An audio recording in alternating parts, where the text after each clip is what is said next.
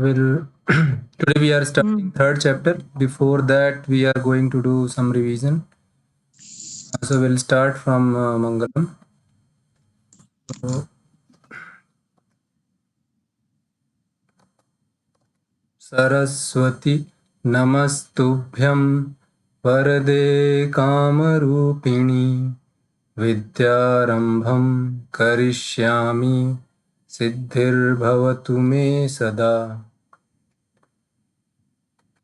So every chapter in the beginning has a sukti, and when we are starting the chapter, we handle that sukti first. So let's see what's today's sukti. So it's Sotsahanam Nastyasadhyam Naranam. So if we split it, so it is Sa Utsahanam Na Asti Asadhyam Naranam.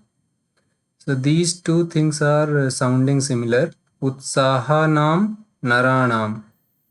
So later, as of today, I will not tell anything, but later you will know, like they both tell similar kind of meaning. That is why they are sounding same.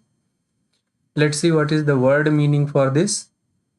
So sa, sa, anywhere you add this sa, it becomes with, or if you add su, it becomes good. Opposite of this is ku. So you can say Sushobhita or Kushobhita. They will be opposite. Utsaha Nam means people who are energetic. It's a plural. So they have people who have Utsaha. Na Asti. Whenever na is there and a verb is there, actually na goes with verb. It negates the action. So Asti is. Na Asti means it's not there. Asadhyam. So a also is used to negate something. Sadhyam means possible. Asadhyam means not possible, impossible. Naranam is men. It is plural again. So if you rearrange it, you can tell it like sa utsahanam naranam asadhyam na asti. So people who are energetic, they are nothing impossible for them. So this is the meaning for this. So this is a simple sukti, and the words also are simple. So this nam thing, this you will come in some later chapters. Why they are like this, and other the main words now you can know. Sa is for with, and utsaha is it's not exactly energetic, but you have to remember you cannot translate exactly from Sanskrit to English. You have to take some matching or minimal whatever bhava you want to present, that cannot be expressed fully. So this is the sukti. This again, I don't think it's a tough one. Only what you have to see when you are pronouncing here, then if you know this split and you pronounce carefully, you will understand like actually these sounds are coming like Sotsahanam Nastya Sadhyam. Nastya Sadhyam. It will become Nastya Sadhyam Naranam. So this all fusing multiple letters into one is called as sandhi. This you will learn from next level. As of now, you have to take it as is. Next level, you will start understanding why this is like this, when it breaks like this and all. But as of now, it's a simple. You can see it's a simple when you are. It's a natural phenomena when you are pronouncing two things without any pause or gap, then the sound changes, and that sound is represented here. So if you pronounce this thing nastya sadhyam, if you pronounce without any middle pause, it will sound like this only. You can test it. So so now we are going to finish in this chapter. We will finish the present tense. So before that, we need to revise it again, because then we'll again learn different tense or kala. So you will not get chance going forward to revise it. And I want this thing to be perfectly planted in your thinking, because this is the base. So I am revising whatever we read in last two chapters. And once we complete the third chapter, means next Sunday, after that whatever class will be there, that will be for interaction only, using the whatever we learnt in these three chapters. So let's see what till now we have read. So till now we know, like, there are varna we know they are sounds. Basic sound of any language is called letter. So there are many. So there are three types in Sanskrit. So one is swaraha, that are vowels. We saw in our initial class, like sounds which can be pronounced their own without help of any other sound, they are called as vowels. Sound which are dependent on some other sound, especially on swara, they are called as vyanjanam. And ayogvaha are those which are neither part of this, like anuswara and visarga. They, as of today, there are two more, but at of this level, you can consider them only in this group. But I am telling plural, so I am telling like there are others also that you may read later. So varnas are of three types: swara, vyanjana, and ayogvaha, which are not swara or not vyanjana. Then from varnas combination, meaningful combination, we get a word. From letters, if you arrange them in proper meaningful way, you get words. So in Sanskrit, there are two kinds of words only, and that's how we are reading also. One is grammatically, it is called as sup.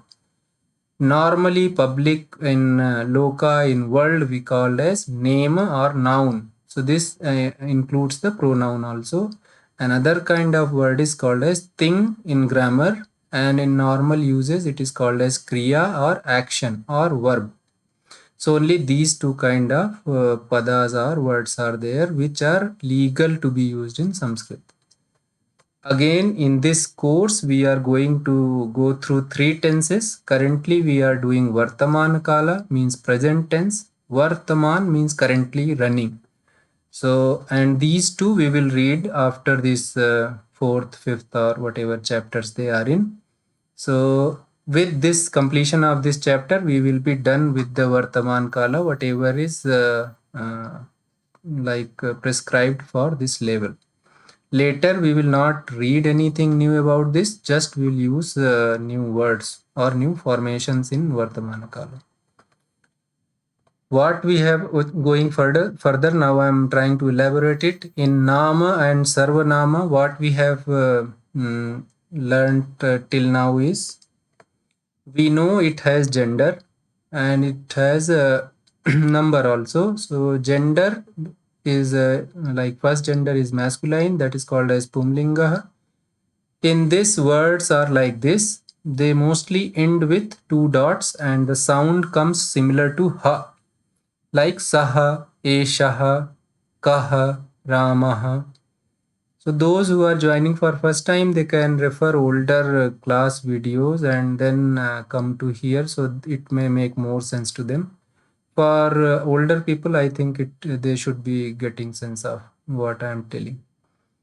Then second kind of naam or sarvanam padas are striling padas. There mostly you will feel sound of elongated sound, dirgha sound, like a, e, u, like that. So even in naam, if you see the name of whatever Indian people, mostly gents name will end in a, small a, and all the female names or ladies name ends in either a or e, like that. So same thing. Then comes the napumsaklinga. So that is neuter gender. There mostly things will end with ma. So like you can see patram, pushpam, kim, and few few things are different. That is like tat, etat. They are napumsaklinga. This already we read. I am just reminding. So other type is kriya, what we have read till now. So if we take for kriya, we are taking only one. If we take one model verb, you know all the kriyas are made from one root word. So if we take pat, so prathama purush kriya will be pathati. Now you see in last one we had genders. Here we have Purusha. Purusha's equivalent in English is person. And logical understanding, you can understand whatever that action is happening, Kriya is representing action. Whoever that action is doing, who is he or she, depending on that we tell Purusha. So if it is done by neither me, means whoever is a speaker of the sentence, nor the person in front of him, then it is done by somebody else. That somebody else in English is called as third person. In Sanskrit it is called as Prathama Purushaha. So when this Kriya or any other Kriya is used in Prathama Purushaha, Ekvachana, then the formations are like this. You say Pathati. So now you can match this one. Saha Pathati. Here Saha Pathati, Eshaha Likhati, Kaha Gachati, Ramaha Vadati. Like these small sentences we have already seen. Now in chapter 2 we also have seen Madhyam Purusha, that is the person in front of you, that is the second person. So there this Ti changes and becomes Si. So Pathasi, Tvam Pathasi, Tvam Vadasi, Tvam Likhasi, Tvam Gachasi, like that you will use the word. And this is the Uttama Purusha.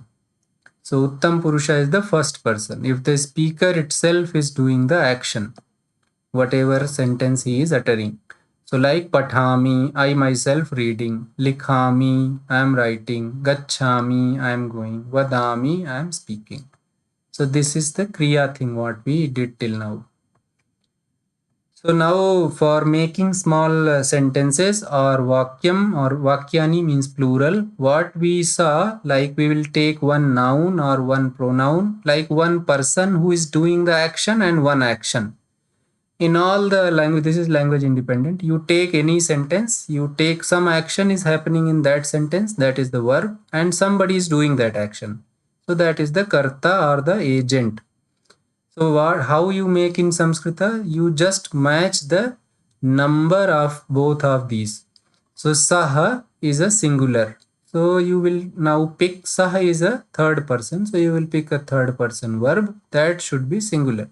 So if you say you make a sentence like this, saha pathati, he reads. Similarly, Ramaha pathati. Also you can say, because Rama also is a third person. And singular, alone. So you matched with the singular verb of third person. Similarly, if you come to second person, so tvam, the pronoun for second person is tvam or you in English. So then you will use the verb which is meant for second person. This already we read. So that will be again for singular, tvam pathasi. Similarly for plural, aham pathami. So this is how you match. So the sentences are very simple. There is nothing to remember and all. If you know these three kind of verbs, you can make your own sentences. All small sentences with only agent or only karta you can make very easily. So now if you see how, if we change the number, how it will change. So now I changed it to dual number. Tau, Ramau, Yuam, Avam, these all are dual numbers. So similarly, verb also will go in dual number. Pathataha, Pathathaha, Pathavaha, they all are dual. So now when this doer of the action is in third person or Prathama Purushaha, then it will redirect to Prathama Purusha verb, singular. Oh, sorry, dual. Tau Pathataha, those two are reading, and it's all present tense. Then Ramau Patataha, two Ramas are reading. Yuam Patataha, you two are reading. Avam Patavaha, we two are reading. So now I think with the exercise of last chapters and with this revision, it should be very clear, like there is not much complexity, and if by any means you feel there is a complexity, then something is wrong. Either I was not able to communicate you properly, or something got missed in between. So then better you should go back and try to understand whatever we did till now, or you can ask if something is not clear. You can ask me personally also. So now today we are going to learn something new. So for that I am making this all background. So we know like in Sanskrita all the things you can say including noun and verb both, they all are generated. All when I am saying, I am giving one small space where some words are not coming through this process what I am going to tell. You can say 95-96% of the words in Sanskrita, they all are derived from some roots. So root is called as dhatu. So dhatu is the root, verb root. So with some process that verb root can be converted into noun root. So then after noun root it gives the noun forms to you or the name of people or things or something like that. If those dhatus are directly converted to purusha who is doing and all, then it becomes a proper verb form. So these dhatus are total 2000 and these were also collected by Panini. So he collected in a work which is called as Dhatu Patha. So in Dhatu Patha there are 2000 around plus minus dhatus. All the Sanskrit words, whatever we will study now or going forward in whole your Sanskrit study life, will be derived from these 2000 dhatus only. And the mechanism what Panini made allows you to make infinite words from these 2000 dhatus. So we already saw some dhatus in action when we were doing our last two chapters. So dhatus were like pat, which means to read. So now pat itself will have some other information and become pathati, pathasi, pathami. So you saw there like you learnt only one dhatu and its form that we call as modal dhatu, and then without thinking any further you made other forms also depending on that whatever you had learned. Like if you know pathati, then if somebody asks lik is to write, so how you will say third person singular about lik, so you will say okay that was pathati, so it should be likhati. Pathati, likhati, khelati, kridati, everywhere you added ti and you made the your verb forms. So now here what we are going to see, like actually these 2000 dhatus, all dhatus cannot be just you take them and add ti.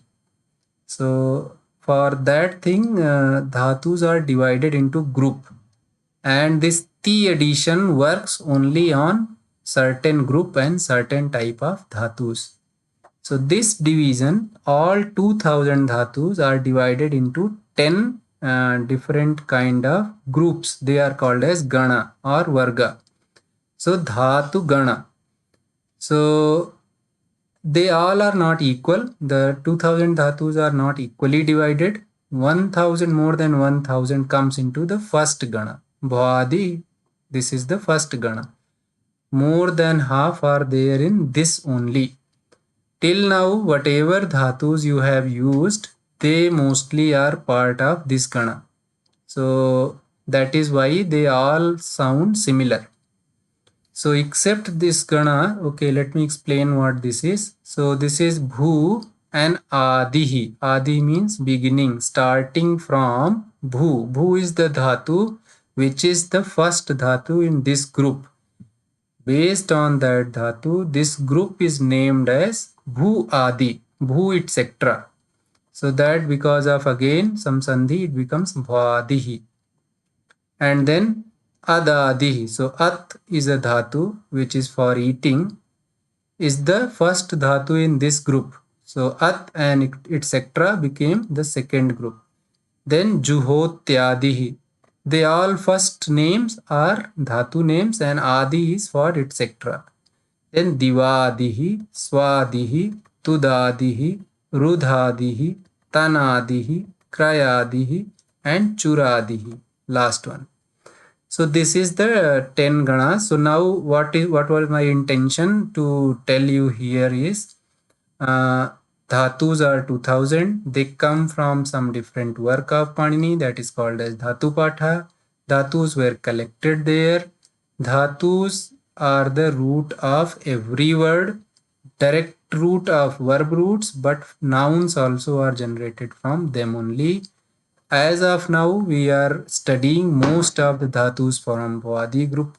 That is why they all look similar.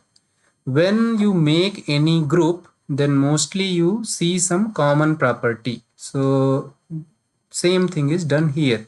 This group will have a common property. They all will look like same when they are used, those dhatus. Like when we make group in noun or nam shabdas, like we say akaranta, pumlinga. So all of those words will be of same type. So if you know one, you can know all or of them or most of them. So same funda is here also. In 10th chapter of this book, you will get some little more information about this. As of now, I will tell only this so that you are aware what we are talking, and will elaborate in 10th chapter when the context will come. So now, till now we know like there are 10 ganas or 10 groups of dhatus. Now one dhatu can be of a type which is called as parasmai padi. So this is a type of dhatu which we read till now. So all pathati, likhati, they are one type. That type is called as parasmaipadi. This type can be anywhere, right? So in Bhwadi, first dhatu is bhu. So bhu is a parasmaipadi dhatu. You can say like bhavati, bhavatah, bhavanti. That is similar sounding as pathati, pathatah, pathanti. So one dhatu, once you said, that is fixed, like this is a parasmaipadi. So its forms will be like whatever you read till now. Second type of dhatu is called as atmanepadi. So this form of this kind of dhatu looks different than this. So again, parasmaipadi, atmanepadi are attributes of a single dhatu. They can be in any group. That doesn't matter. Third kind of dhatu is called as ubhayapadi. So if you see this picture, you understood like ubhayapadi. Ubhaya means both. Padi is, as of now, you take padi only. So parasmaipadi is a one type of dhatu which we read in first two chapters. Then atmanepadi, which we are going to read in this chapter, that is a different kind of dhatu.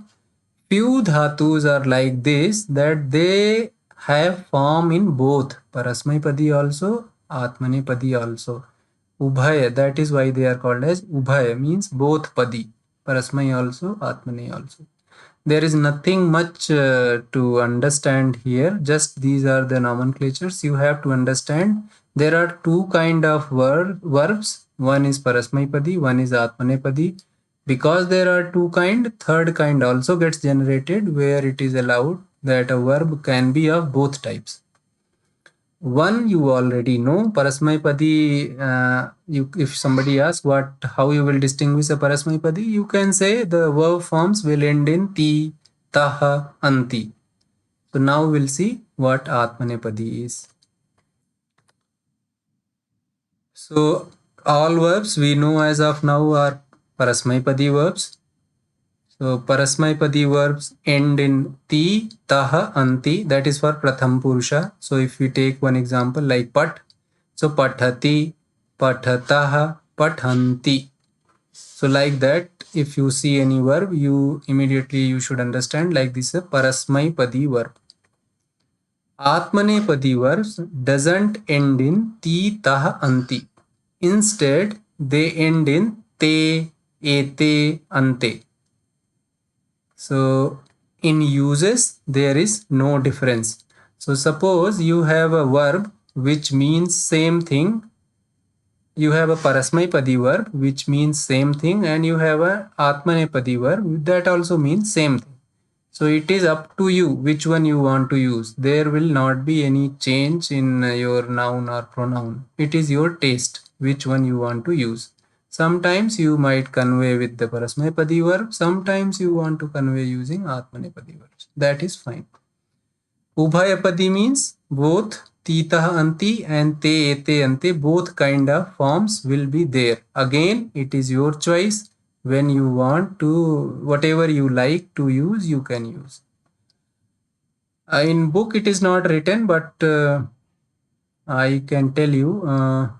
So these kind of verb, ubhayapadi, if any verb is there which is ubhayapadi, then you can drop it if you find it confusing, but it's a simple and I find it interesting, so I am telling. So suppose a dhatu is there or a root is there which can be in both forms, ubhayapadi also and parasmaipadi. Atmanepadi also and parasmaipadi also. Then if you are using the verb action for self, yourself, then you will tell atmanepadi. If the action is for other, then you will tell parasmaipadi. So if you didn't understood this, let's understood by using one example. So pach, a dhatu is there, pach. Pach means to cook. So if I say pachati, then someone is cooking. And if you know that pach is a ubhayapadi dhatu, then you will understand, okay, it's a ubhayapadi and he is using parasmaipadi, means the person who is cooking, he is not cooking for self, he is cooking for somebody else. But if you say saha pachate, then you understand that pach is a ubhayapadi dhatu and he is using atmanepadi, it means he is cooking for self. So it's not a hard and fast rules, but the rule, but this is like followed many places. So I thought to tell. So let's see how the verb forms of Atmanepadi roots look like. Here we are using the model verb, which is named as Vand. So this you have already know. The equivalent Vand means to salute, and equivalent you in Parasmaipadi is Nam. Nam also means salute. So let's see how it will look. So in Prathama Purusha, it will look like for Ekvachana Vandate, Vandete for Dvivachana, Vandante for Bahuvachana. So for Pratham Purush pronoun is Saha. So how we can make word? Saha Vandate, Ramah Vandate. Then here what you can say? Saha, now dual number for Saha is Tau. Tau Vandete, Ramau Vandete, or Rame Vandete. And this is plural, so you will again use the plural form of pronoun or noun and you will say te vandante or tah vandante or ramah vandante, as exactly as same as we did for parasmaipadi verbs in till now. So only verb forms are different, nothing else.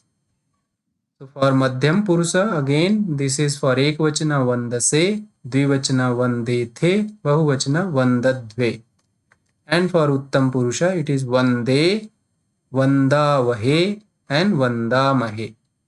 So initially, now how you have to proceed? Once you have to figure out some action. If you know some action, you will figure out a root. What is the root in Sanskrit to depict this action? Once you figure out a root, then you will figure out, okay, it is Atmanepadi root or Parasmaipadi root. If it's a Parasmaipadi root, then you can add ti for third person. If it's an Atmanepadi, then you can add te. The way I explained it looks big process. I don't think anybody follows it because it all comes from uses. So for an example, in Hindi, if you come to non-Hindi speaking states of our country, they get quite confused when other people say gaadi jati hai or he comes. They always are confused when to put feminine, when to put masculine. And if you ask any native Hindi speaker, I would say 60% of them also will not be able to explain when to use what. It is all from uses they got it. They are using it, and because of uses they know when to use what. There is no grammatical explanation for everything like this is this, so I'm using this. What I'm trying to conclude with this example is here also you have to initially, instead of going in too much detail of grammar, once you know what Atmanepadi is, what the forms are, you use it. If you use it for this whole book for exercises and for quizzes, then your mind will catch the pattern. So that is why these languages are called as natural language. Opposite of this is uh, computer language or artificial language. So in artificial languages or computer languages, you need to know language first, then you can use. In natural languages, you have to use it, the language first, then you will know, because mind works in this way. So once you will start using these forms, sentences using this, mind will catch the pattern hidden in this. And once mind will catch, initially what will happen, if somebody is telling saha vandati, so you will not be able to tell what is wrong, but you will be able to tell that it doesn't look, it doesn't sound perfect. So mind figured out like pattern is not matching. He should say saha vandate, because vand dhatu is atmanepadi. It should not be conjugated with parasmaipadi ti. So my request and my advice will be, after knowing this, you do the exercises without digging deeper. So just do the exercises, accept it as is.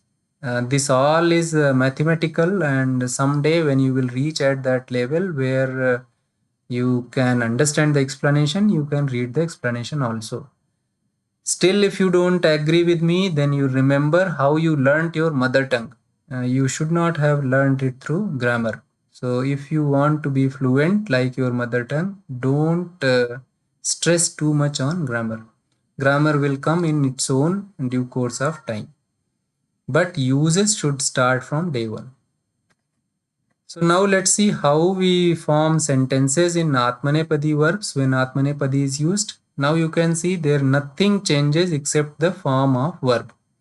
So if I take a third person pronoun for masculine gender saha and the verb is vandate, they both are singular, and this is first person, this is also third person, and this is also third person. So the sentence you will make saha vandate. Similarly, Ramah vandate. Rama salute, he salutes. If you don't want to use Atmanepadi word and you have a equivalent meaning dhatu in Parasmaipadi, then you can use that. Like we have Namati. Nam dhatu is there in Parasmaipadi. So instead of saying vandate, you can say Saha Namati. Ramaha Namati.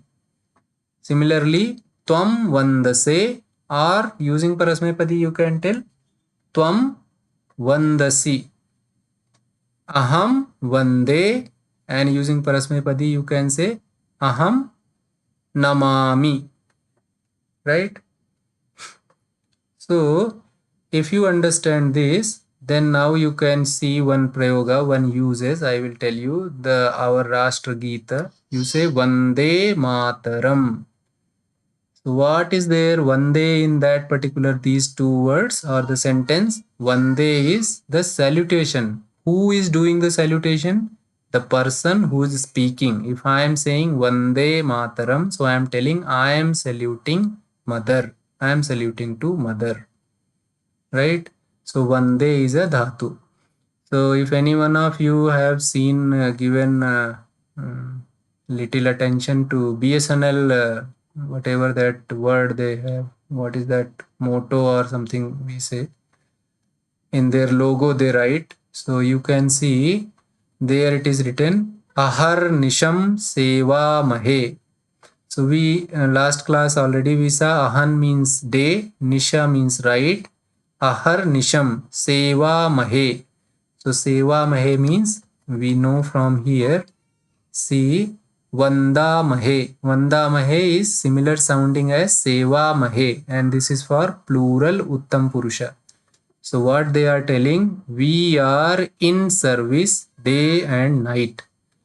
So they are following that or not, that is a different thing, but meaning of that is this. So my expectation is now you should try it. You should be able to figure out that this thing is a verb. If you are able to figure out, that is enough as of now. So aham vande. Now let's see the same for dual. So dual, the verb will change for again first person, second person, third person, second person, and first person. So tau vandete, ramau vandete, yuvam vandethe, avam vandavahe. Similarly, you already know for this action we have a parasmaipadi dhatu also. So you can change with that if you want. So what will happen? Namati namataha, tau namataha, ramau namataha. Here it will be namathaha, yuvam namathaha, and here it will be namavah, namami namavah, avam namavah. So again, choice of the dhatu is yours if you have an option in any of the other one. So if you are comfortable in parasmaipadi, you use the parasmaipadi. If any dhatu what you are going to use, any action which you are going to depict is only in atmanepadi, then you have to use atmanepadi. No other way. Okay, so with this we'll go to the book. Where is book? So whatever I explained, now I will go through book so that you can relate it later. So here you can see it is telling, so utsahanam nastya sadhyam naranam, and the gross meaning it is telling there is nothing impossible for men who are energetic. So then it tells atmane padinaha, that is for plural. Vartaman kalaha, that is the current running time or present tense. Then it tells prathama purushaha, that is the third person. Ekavachanam, that is singular. It tells vrikshaha kampate. Now you see what we learned there was vandate. So te is sound is coming. So you can say kamp is the dhatu. Kamp means trembling, shaking. So kampate means someone alone is shaking. So who is that? Vrikshaha. It is neither I nor you. Somebody different. Here vriksha is a pumlinga, masculine. It is not neuter in Sanskrit. So vrikshaha kampate, tree shakes or tree is shaking. Saha bhashate. Bhashate means bhash means to speak. Bhashate means he speaks, somebody. Daridraha sahate. Leave this middle thing. This you haven't read till now, so leave it. Daridraha sahate. So person who is poor, he is tolerating. He is going through some bad times. Bhikshukaha, this middle things you remove because you haven't read any 3-word letters, 3-word sentences, so leave it. Bhikshukaha yachate. Yach is for to beg. So yachate means somebody is begging. Bhikshukaha yachate. Spardh means to compete. So here the aim of the book is this also, like you should learn these dhatus and their meanings. Spardh means spardhate, alok means to see. So pashya.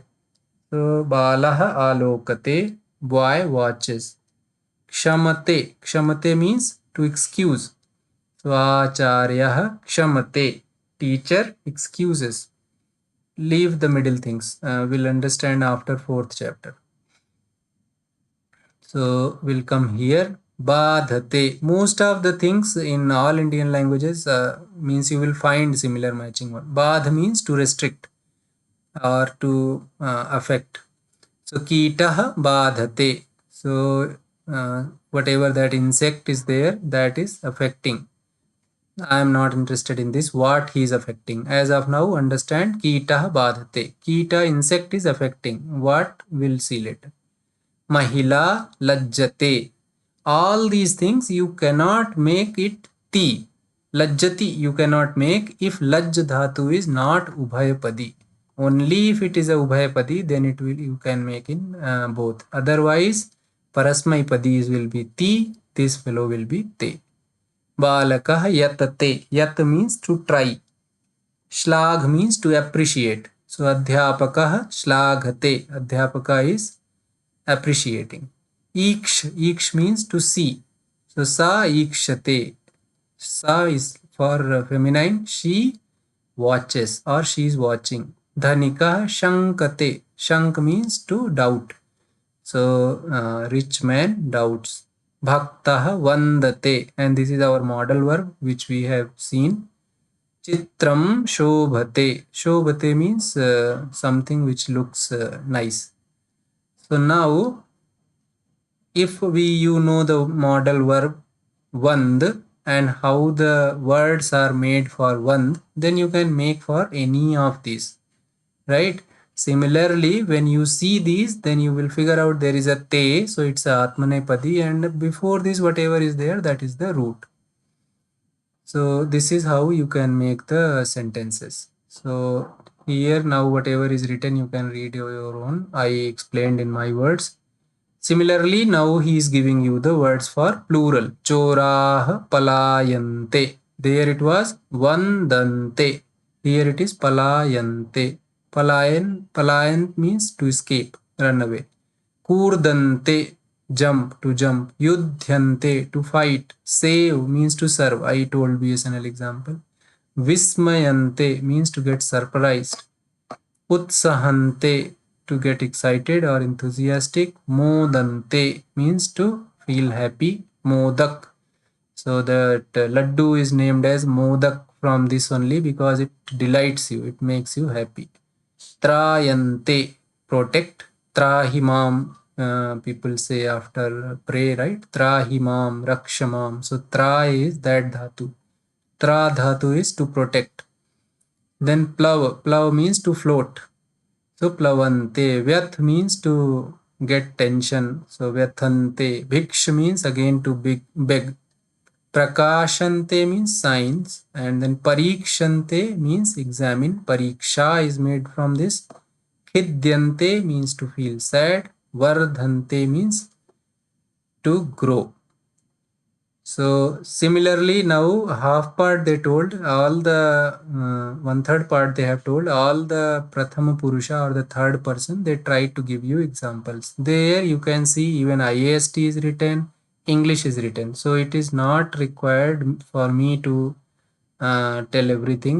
You just do your own. As you already know, the second class or the second part of the chapters class is shorter, that is maximum of 40 minutes, and rest 20 minutes is for doubt clearing. So that day you can, today you can read it from me. Now for next 2-3 days you go through it your own, and any doubt, any kind of doubt, silly or wise, small or big, ask in that class, so that we are done with this chapter.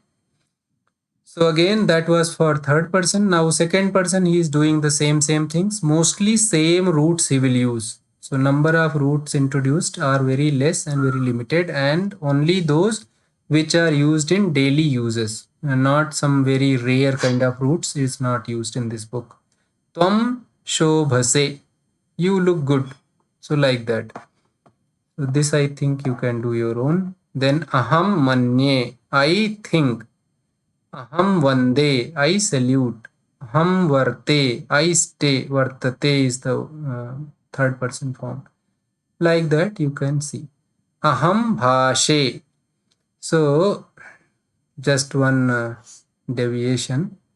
So how important is to pronounce thing properly is because the meaning will change. It is in all languages. Here also it is there. So if you say bhashe, so bhashe means I speak or talk. And if you say bhashe means it will be I bark. So dogs used to do the bhash and humans will be bhash. So when you are reading it, try to pronounce it properly, so to get the real meaning. Similarly for bahuvachana, yatamahe, yatavahe, they are very simple to remember because they have a very distinct sound. Vahe, mahe. So you anywhere like seva mahe, I was telling for BSNL. Ahar nisam, seva mahe, iksha mahe. Uha means to guess. Uha mahe, we guess. Alocha mahe, we think. Alochanam. Utsahamahe, we are enthusiastic. So now what they are writing, Visheshaha, it's a Pumlinga word, Akaranta, it means special. So what is special? You can see here Parasmai Padi, Atmane Padi, Cha. We already discussed, and in Sanskrit is called as Cha. It comes at the last of the words whom you want to and. So here we want to and this Parasmai Padi and Atmane Padi. So in Sanskrit we will write Parasmai Padi, Atmane Padi, Cha. Here they are telling verb root is called as dhatu in Sanskrit. For example, root of verb gachati is gam. Similarly, pathati is pat. All verbs are derived from roots. Verb roots are classified into three types: parasmai, atmane, ubhaya. How they are telling? If it is ending in ti, it is parasmaipadi, like gachati, pathati.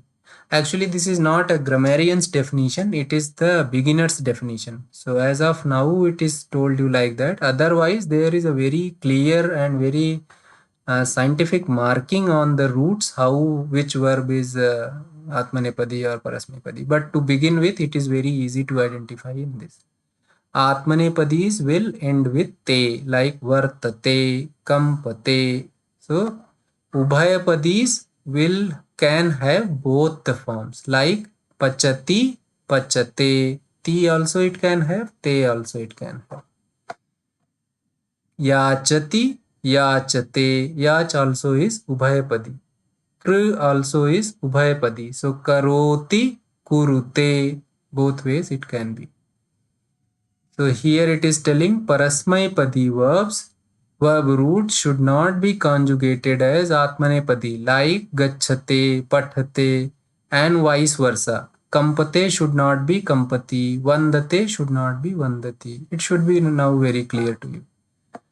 So this is the table what they made. I already made in slide also. So you can see from there. Till now we saw this. If someone alone is going, so gachati. Some two people are going, so gachatah. Some many people are going, gachanti. If you are going, gachasi. If you two are going, gachatha. If you all are going, gachatha. If I am going, gachami. A simple way to remember. Everyone I think remembers Buddham Sharanam Gachami. I am going in refuse of Buddha. Dhammam Sharanam Gachami. Everywhere you will not say Gachati. You are saying Gachami because you are going.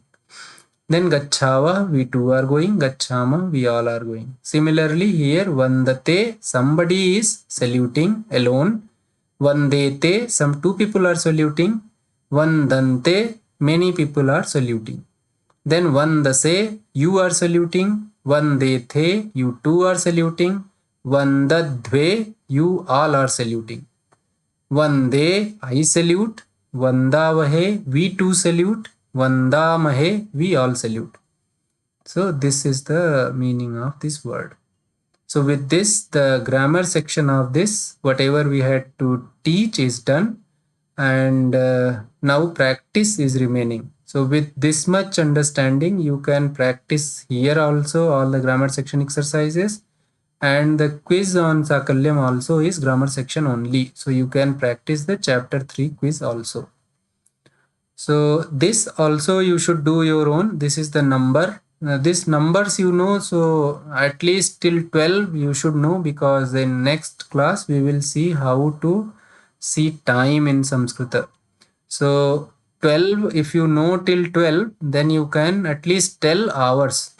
And if you have to tell exact minutes, then you should know till 60.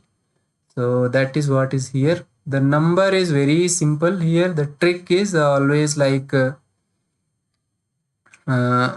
whatever the 10th place is, that is in at the end, and whatever is the ones place, that comes first. So like in 11, before 10 number was there in earlier chapter. If you haven't referred, you can see there. So you can see here 10 is called as dasha. So now eka, 1 will come before and it will become ekadasha. 2 will come, and it is because of sandhi they are changing dwadasha. Trayodasha. Everywhere at the end, dasha will come. So, like in English, it is opposite. You say 21. So here you say ekavimshatihi. So if you know that, you can make out all the numbers. The numbers are not tough. But all those people who are means not very familiar with this, better you write it. So take a random number and write what it means and then check in this table. Or in workbook I have, I think, if not I can add. So there at one place it might be there. Then you can write your own, take a random number 34. What it will be, write by thinking, logical thinking, not by remembering or mugging up, and then match it here. So let's see what is 34 here. So 4 should come first. So Chatur, Chatur is for 4. Trimshat, Trimshat is for 30. You can see here, Trimshat. So pronunciation is written here. You can see in IAST, this will give a clear pronunciation. So you can say Trimshat. So this is the pronunciation. So 30, Chatus Trimshat means 4 plus 30. So like that you can learn till 50. Here till 50 is there. Again, after, if you will learn this, you will understand there is nothing to learn, like ek chatvarimshat. So you need to know the chatvarimshat, that's it. Then dvi chatvarimshat, tri chatvarimshat, chatush chatvarimshat, panch chatvarimshat, shat chatvarimshat, like that only. This is the example which I want you to do.